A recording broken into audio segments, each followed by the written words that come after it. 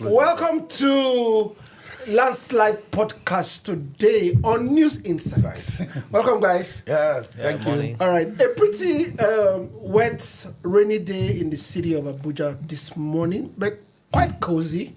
Because I'm dressing as if I'm coming from New York. A pretty wet, rainy day. Yes. And it's summer in New York. So that is just fine. Okay. No winter yet. I don't give up for two of that. All right, welcome. Now, there's a remarkable step that the Labour Party vice presidential candidate in the last election, Datti Ahmed, took yesterday. He visited the neck of the Abure faction, we call it. The faction or the body recognized by the controlling body, that's the INEC. Now, he said a lot of things. A lot. So let me just leave you guys to unravel all the things he said. Okay, let me start. We will not be able to unravel all the things he said. We are just going to be able to take them bit by bit. Yeah. And oftentimes read that this is actually what they should have done. You know, we said it here before. As a matter of fact, the viewers who are abusing us, that we are supporting Abure and doing all that, I don't know what they will do to Datti. No. You know, most obedience will say, no. No, I don't know what they'll do to that. This is what they should have done.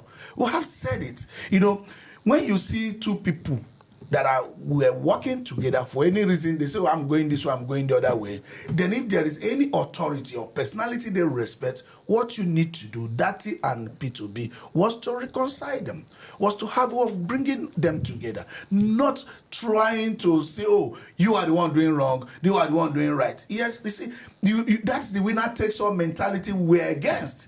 So if you say you are bringing alternative to Nigeria, they shouldn't go with winner takes all mentality.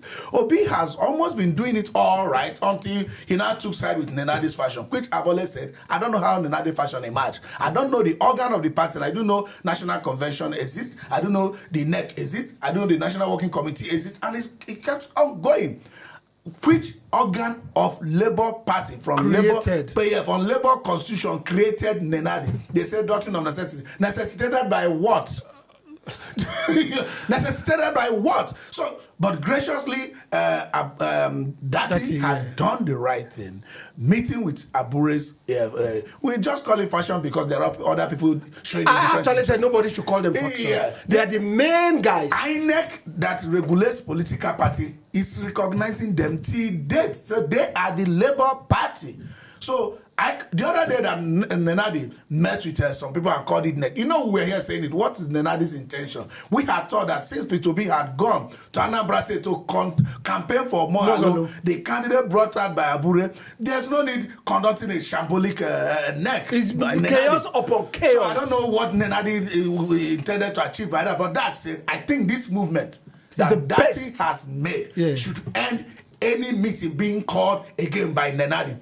So, obedience that we're following her should at this time shift sword, come under Datti.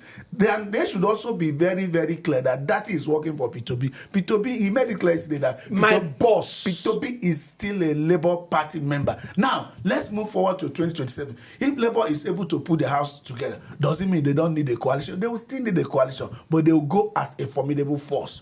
The coalition that RFI is bringing, they will need it because Datti, as good as Datti is, he doesn't have that strong traction from the northern base. Somebody like LFI will bring in that into Obi's quota, and that will help him for 2027. All right. Now, he mentioned the factions. He mentioned them as factions. He mentioned INEC, and he said the two factions, he said, I will bring them together. Philip. Yes, you see, Datti has taken the right step in the right direction.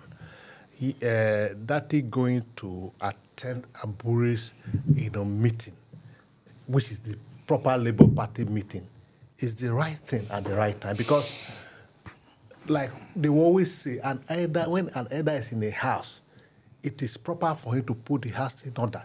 If a house go in chaos under the hospice leadership of an elder who were supposed to put the house together, that elder is to be blamed. Yes, Peter Obi and Datti, as it were, they were the head and the elders of Labour Party. If the children of the house are fighting to scramble for position, it is their duty. And that's what they have done. I believe strongly it is Peter Obi and Baba Ahmed that is doing the same thing. Yeah. Of course, it's deputizing for Peter Obi. And I think one of the reasons that made this bold step to happen is that, Baba Ahmed had never kept quiet to express his disdain for the coalition. I was going to come to that. Having looked at the coalition the way it is, it felt it is proper. I am very sure he may have sat down with his boss and they have decided that, look, let's try and put our house in order. It has also been said here even yesterday that El-Rufai and Peter Obi, they have never joined the coalition. ADC. Yeah. Though they believe in the coalition, they have not joined ADC as a vehicle for the coalition. In fact, let me still take you on that. Yes. Bolaji Abdullahi was trying to give us a reason why they have not fully come into the coalition. Yes. But from what we are seeing right now, all these explanation, it doesn't hold work because it doesn't look as if they're really going to come into the coalition. Like Okafor said yesterday, he said when El-Rufai left APC to SDP, he was first APC before he moved to SDP. And these by-elections are there. He never waited to, conduct the by-election in APC before going to SDP. Yeah. What it means that these two personalities, we said it yesterday, they have seen through the coalition. It is not the kind of coalition they are looking for. And we also said it yesterday that the two of them is the proper coalition we are looking for. The other persons that are in the present coalition, they are just an addition that add nothing after all. They belong to the old blocks. Okay. So, having said that, I'm not done yet. So, Baba Ahmed now said, look, there's no point wasting our time with this ADC. Okay, I'm going to come back to you. Okay. Now, I'm going to come to you with the coalition. Yeah. Baba Ahmed said yesterday, number one, he said, this coalition looking as if a body that just want to take power for themselves, not a body that want to address the issues Nigerians are facing. Now, having said, he said he in his statement, if you deduce from it, he has a disdain for the coalition. See, I am tempted to say probably Datti, was watching us or he watches us. Exactly. Because the day that coalition ceremony was going on, I said it clearly that there's nothing that coalition has brought to P2B that P2B doesn't have before. Obi brought something to the coalition. I said it, that there's nothing. Do you understand? And I also went further to say that our problem is not just to remove Asiwaju. No. That is not our motive. Our problem is not Asiwaju in quote. Our problem is unemployment. Our problem is inflation. Our problem is wasteful spending in government. Our problem is, not having the farms where people can go safely. Corruption. Insecurity, corruption. Those are our problems. So it's not about removing Asiwaju. What are you replacing it with? So this is the ADC coalition, which is tended towards primary election that will now be achieved by buying delegates. We know ourselves, let's not pretend. Nigerian delegates will not reject dollar. So if what they are going for is to get delegates and still give us somebody just to remove Asiwaju. Asiwaju is a Nigerian. So why do you gang up just to remove Asiwaju? And this particular headship, yes, that's their stock in trade. Yes, so they know how to get. They know how to get that. So because P2B wants Nigeria that works for everybody, and he's being supported by El-Rufai in this fight. The other day I was just giving an example. This is not to say El-Rufai is a fighter or cantankerous person. I say if you are celebrating a birthday party where you have dignitaries, at the front you have some bouncers, like this. They are the reason why there is peace inside the birthday party. So you need people who intentionally want to help you guide your votes, want to help you galvanize their own base. Because you know that other people will come to steal the vote. Yes, because you know that the people will come to steal the vote. That is why El-Rufai's partnership with P2B, no matter how emotional you are, they are the coalition, like Philip said, not these other ADC people. So why would the real coalition that Nigerians are looking up to go and join the other people so that they will be denied the actual coalition? So Datti Baba Ahmed has moved in, I do know that it is in authority of P2B to go and reconcile their base so that they will have their base, which is a formidable force. Though he claimed they got 10 million votes the last time. We didn't see that was 6 million as declared by NEC. But be that as it may, even that 6 something million was a remarkable progress from P2B and Datti. They were saying they won't be able to win local government. Why not repair your home? And that is what they have done. Now, we've seen Peter Obi. Now, a little time. Obi attended a meeting with the Nenadi faction, the one they did at Transcorp, marched to INEC. Yeah. Obi, I think, heard the voice of some people like us and retracted and formed the Obi movement. That's when that movement became his focus. Now, after attending Mogolu's campaign, now the Nenadi faction came to Abuja and he didn't have anything to do with them. They had a neck, he didn't have anything to do with them. All of a sudden, we see the guy attending the Abure's faction and addressing them in a dominant position. That's now Datti. Datti, do you know, because Datti couldn't have worked without Obi. Yeah. In fact, at the press conference, he said, "My boss." I mean, he mentioned in my boss. So we are not looking at Datti trying to get power for himself. No. Now, this sequence shows us where they are coming from. I mean, it looks as if Labour is coming back together. Philip. Certainly, Ahmed Datti made it very clear that he's here as a peacemaker to reconcile all that is concerned. That's why I said an elder cannot be in a house and the house will be in a chaos. It is his duty to ensure that there's peace and harmony, unity in the house. And that's what Peter Obi and Baba Ahmed is doing. Or rather, that's what Peter Obi is doing through Baba Ahmed, who is his deputy. And that is the proper function of a vice president. He's deputizing for him. And that's why he made the statement, "My boss remained a Labour Party member." So what this tells us is that, look, we have said it before on this platform. I will continue to say that coalition is a project in progress, and that without Peter Obi and El-Rufai, the ADC coalition as it stands today is dead. And we also said it yesterday. The only reason Bolaji came on air to say that the reason why Peter Obi and El-Rufai had not signed into ADC yet is to make the people believe that Peter Obi and El-Rufai they are still with them. But with what Baba Ahmed Datti did yesterday, it clearly shows that ADC is struggling to survive on the name of Peter Obi and El-Rufai. These two persons are long gone. Now, Datti, Baba Ahmed, let's stray some things he's done after the coalition meeting. He went to, I think, Arise or one of those studios and mentioned why he feels that the Tinubu strategies has worked till now. I mean, you almost think that he's supporting Tinubu. He's just trying to say, like God tells us, is a look to the ants. And learn their ways. And learn their ways. Thank you. Just take it off from there. Yeah. What he's just trying to put up is, you can't really defeat an opponent without studying, in quote, the strategy of the opponent.